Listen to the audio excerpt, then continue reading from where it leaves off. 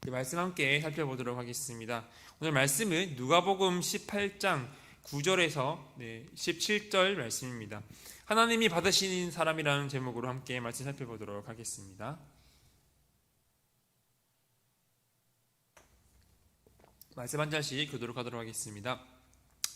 또 자기를 의롭다고 믿고 다른 사람을 멸시하는 자들에게 이 비유로 말씀하시되, 두 사람이 기도하러 성전에 올라가니 하나는 바리새인이요 하나는 세리라. 바리새인은 서서 따로 기도하여 이르되, 하나님이여, 나는 다른 사람들 곧 토색, 불의, 간음을 하는 자들과 같지 아니하고 이 세리와도 같지 아니함을 감사하나이다. 나는 일에 2번씩 금식하고 또 소득의 11조를 드리나이다 하고, 세리는 멀리 서서 감히 눈을 들어 하늘을 쳐다보지도 못하고 다만 가슴을 치며 이르되, 하나님이여 불쌍히 여기소서, 나는 죄인이로소이다 하였느니라. 내가 너에게 이르노니 이에 저 바리새인이 아니고 이 사람의 의롭다 하심을 받고 그의 집으로 내려갔느니라.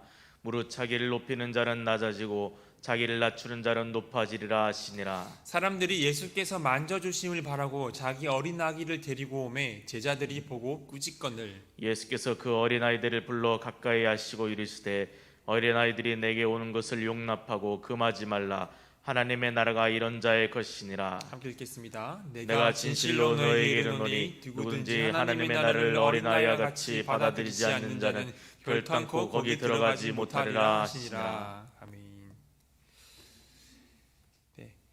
오늘 본문 말씀을 보게 되면 예수님께서는 자기를 의롭다고 믿으며 다른 사람을 멸시하는 사람들에게 비유로 말씀을 시작하고 계십니다. 두 사람이 예루살렘 성전으로 기도하러 올라가고 있습니다. 한 사람은 바리새인이고 한 사람은 세리입니다. 바리새인과 세리는 어떤 사람입니까? 이들은 양극단에 있는 정반대되는 위치에 있는 사람들입니다. 바리새인들은 엄격하고 경건하게 신앙생활을 하고자 했던 그 종교인 무리의 일원입니다. 경건의 본보기였죠. 하지만 세리는 유대인들이 가장 싫어하고 미워했던 직업 가운데 하나였습니다. 로마의 앞잡이로서 같은 민족의 고요를 빨아먹는 그 민족의 반역자로 비난받았었죠. 이러한 두 사람이 성전에 기도를 하러 올라갑니다. 이 두 사람에 대한 평가를만 두고 보았을 때 당시 유대인들은 하나님께서 이 바리새인의 기도를 더 잘 들어주실 것이라고 아마도 생각을 했을 것입니다. 이제 바리새인들이 기도를 시작합니다. 11절 말씀입니다. 바리새인은 서서 따로 기도하여 이르되, 하나님이여, 나는 다른 사람들 곧 토색, 불의, 간음을 하는 자들과 같지 아니하고 이 세리와도 같지 아니함을 감사하나이다. 바리새인은 자신을 다른 사람들과 비교하며 기도를 하고 있습니다. 저 토색하고 불의하고 간음한 자들과 저 세리와 같지 않음에 감사하다며 기도를 시작하고 있습니다. 그런데 이 감사가 어떤 감사입니까? 이 바리새인의 감사는 하나님께서 절대 주권으로 행하신 일들에 대한 감사가 아닙니다. 하나님께서 자신의 삶에 행하신 일에 대한 감사의 초점이 아닌 것이죠. 바리새인의 감사는 자신이 저들과 같지 않다는 것에 대한 감사입니다. 자신은 저들과도 다른 너무나 대단한 사람이고 의롭기 때문에 하나님께 감사하다는 것입니다. 이것이 무슨 감사입니까? 이 바리새인의 기도의 내용은 그의 마음가짐이 어떠한지를 드러내 보여주고 있습니다. 그의 기도에는 교만이 스며들어 있습니다. 그리고 계속해서 이어지는 기도에서 바리새인이 왜 이렇게 교만할 수 있는지 부분적인 이유를 우리는 발견할 수가 있습니다. 12절 말씀입니다. 나는 일회에 2번씩 금식하고 또 소득의 11조를 드리나이다 하고, 일주일에 2번이나 금식하는 것은 이 구약 성경에 나와 있는 율법 규정을 뛰어넘는 것입니다. 구약 성경은 이스라엘 백성이 1년에 한 번 대속제일에 금식하도록 규정하고 있습니다. 그런데 예수님 당시에 바리새인들은 일주일에 2번인 월요일과 목요일에 자발적으로 금식하였습니다. 나는 이렇게 매주 2번씩 금식한다, 의롭다는 것을 보여주는 것이죠. 게다가 바리새인들은 자신들이 그 소득의 11조뿐만이 아니라 구입한 물건에 대한 11조, 먹는 음식의 11조까지 드렸습니다. 이들은 이렇게 신실하게 11조를 하나님께 드리니 자신들이 다른 사람들보다 훌륭하다고 평가를 했습니다. 바리새인들은 이처럼 율법이 요구하는 것 이상을 하나님께 드리기에 자신들이 섬기는 자세에 대한 하나님께서 감동해야 하는 것 아니냐는 그 교만한 자세로 하나님께 나아가고 있습니다. 바리새인의 기도에는 하나님의 자비와 권능에 대한 감사와 찬양이 없었습니다. 오히려 하나님 앞에서 다른 사람과 비교하며 자신의 그 행위를 자랑하고 찬양하는 아주 교만한 모습을 보여주고 있습니다. 이러한 바리새인의 교만한 자세가 내 안에도 스며들어 있지 않은지 우리는 점검해 보아야 합니다. 우리는 교회라는 공동체 안에서 다른 지체와 나를 비교해서는 안 됩니다. 다른 사람의 섬김과 그 봉사와 헌신을 평가하면서 내가 더 잘하고 있다고 그런 우월 의식에 빠져서도 안 됩니다. 우리의 신앙 행위가 아무리 우월해 보여도 행위로 하나님께 의롭다 여김을 받는 사람은 아무도 없다는 사실을 우리는 기억해야 할 것입니다. 하나님 앞에서 스스로를 높이고 교만하는 자는 하나님께서 받지 않으신다는 것입니다. 반면에 이 13절의 세리의 기도는 어떠합니까? 세리는 멀리 서서 감히 눈을 들어 하늘을 쳐다보지도 못하고 다만 가슴을 치며 이르되 하나님이여 불쌍히 여기소서 나는 죄인이로소이다 하였느니라. 세리는 이 바리새인한테서 멀리 떨어져 서 있습니다. 세리가 이같이 멀리 떨어져 서 있는 것은 자신이 그 죄인이라 생각하기에 자신감도 없고 하나님에게 가까이 나아가기에는 자신이 너무나 가치 없는 사람이라고 생각했기 때문입니다. 심지어 눈을 들어 하늘을 쳐다보지도 못하고 있습니다. 이 세리는 자신을 드러내던 바리새인과는 다르게 자신의 가슴을 치면서 참회의 기도를 드리고 있습니다. 자기 자신이 죄인임을 고백하며 하나님께서 자신이 자비와 은혜를 베풀어 주실 것을 간구하고 있는 것입니다. 예수님이 비유에 등장하는 두 사람은 서로 다른 방법으로 하나님 앞에 나아갔습니다. 바리새인은 하나님에게 나라는 1인칭 주어로 말을 하고 있습니다. 바리새인의 기도의 주어는 나 자신이었습니다.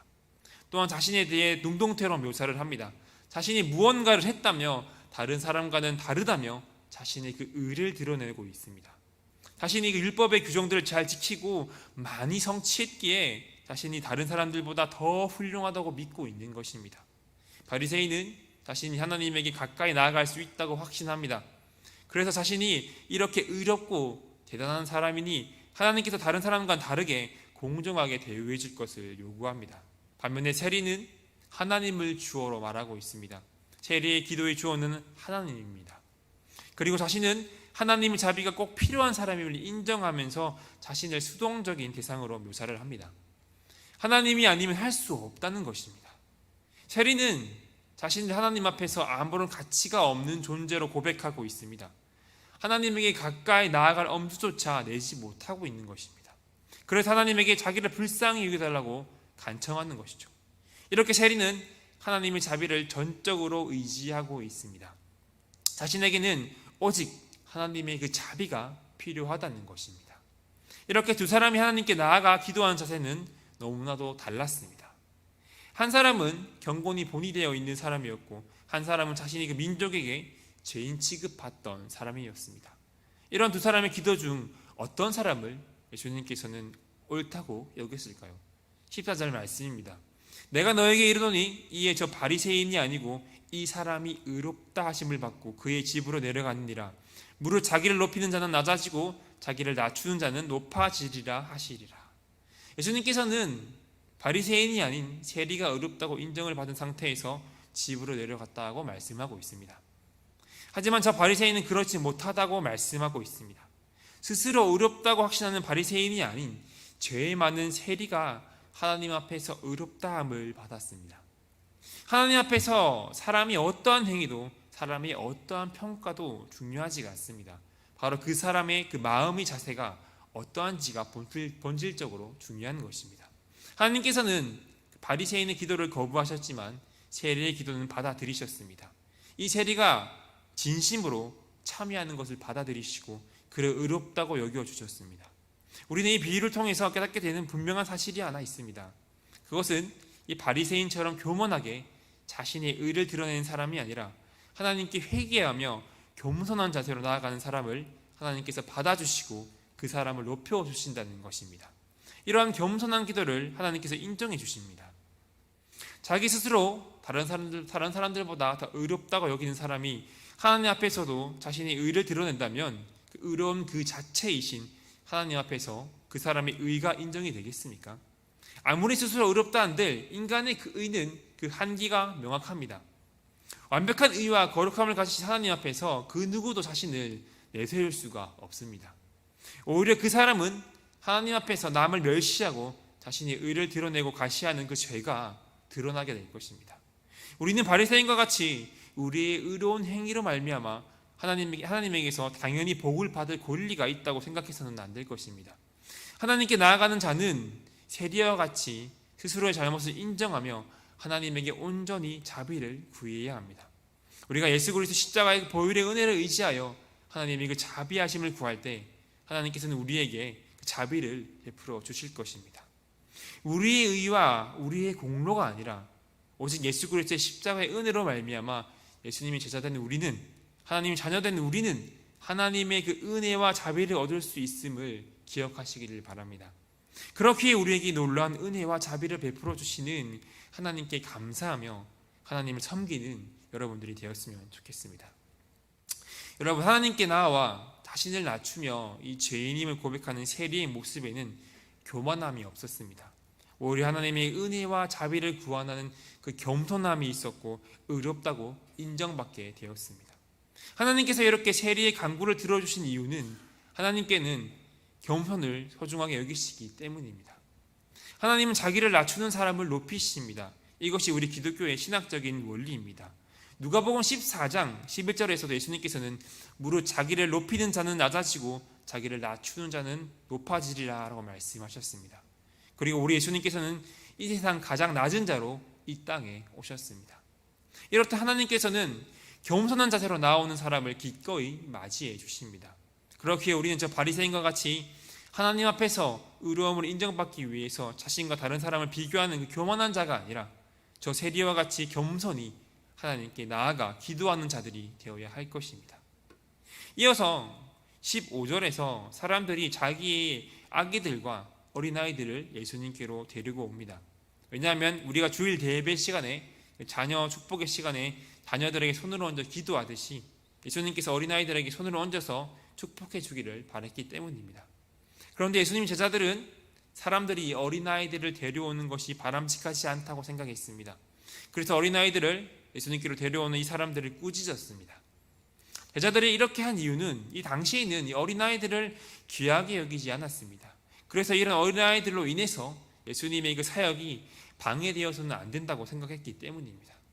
그런데 예수님께서는 이 어린아이들을 불러 가까이 하시고 제자들에게 어린아이들이 내게 오는 것을 용납하고 금하지 말라라고 말씀하셨습니다. 왜냐하면 하나님의 나라가 이런 어린아이 같은 자들의 것이기 때문입니다. 그렇게 예수님께서는 17절에 이렇게 말씀하십니다. 내가 진실로 너에게 이르노니 누구든지 하나님의 나라를 어린아이와 같이 받아들이지 않는 자는 결탄코 거기에 들어가지 못하리라 하시니라. 그렇다면 하나님께서 왜 하나님의 나라에 들어가기 위해서는 어린아이와 같이 해야 한다고 말씀을 하셨을까요? 우리가 잘 알다시피 어린아이의 특성은 단순하고 순수하게 그 부모님만을 의존하고 신뢰하기 때문입니다.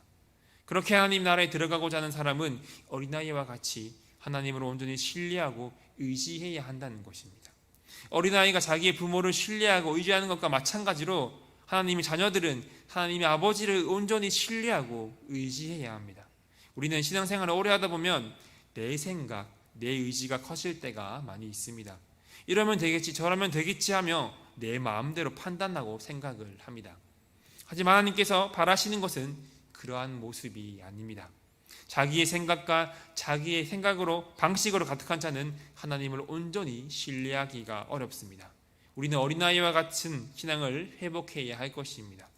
하나님을 있는 그대로 순수하게 사모하며 신뢰하는 자만이 온전한 신앙생활을 할 수 있음을 우리는 기억해야 할 것입니다.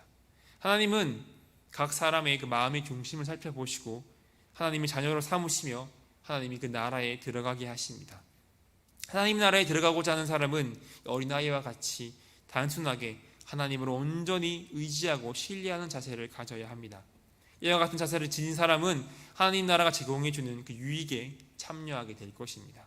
그렇게 우리는 어린아이와 같은 마음을 지니고 하나님을 온전히 의지하고 신뢰하며 날마다 예수님과 동행하는 예수님의 제자들이 되어야 할 것입니다.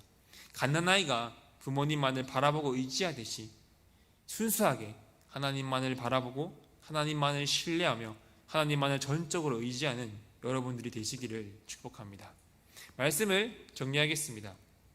오늘 본문 말씀인 바리새인과 이 세리의 비유를 통해서 또 어린아이 이야기를 통해서 하나님께서 받으시는 사람이 어떠한 사람인지 우리에게 말씀해 주고 있습니다.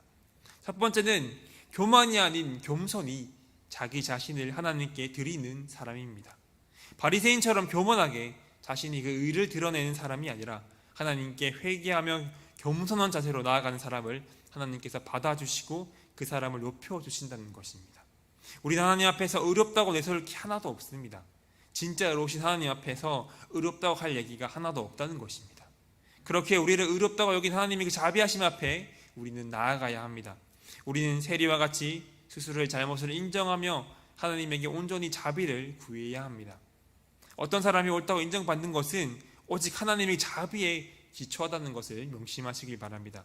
그렇게 우리는 바리새인과 같이 교만한 자세가 아니라 저 세리와 같이 겸손한 자세로 하나님께 나아가야 할 것입니다. 두 번째는 어린아이와 같이 순수하게 하나님을 의지하는 사람입니다. 주님께서는 하나님의 나라는 어린아이와 같은 자의 것이라고 말씀하셨습니다. 하나님의 나라에 들어가고자 하는 사람은 어린아이와 같이 하나님을 온전히 신뢰하고 의지해야 합니다. 갓난아기가 마치 부모를 바라보듯이 어린아이 같은 순수한 마음으로 하나님께 나아가야 한다는 것입니다. 오직 하나님 아버지를 온전히 신뢰하고 의지해야만 합니다. 그렇게 전적인 의지, 어린아이와 같이 순수하게 전적으로 하나님을 의지하는 신앙을 가지는 우리 모두가 되었으면 좋겠습니다. 기도하도록 하겠습니다.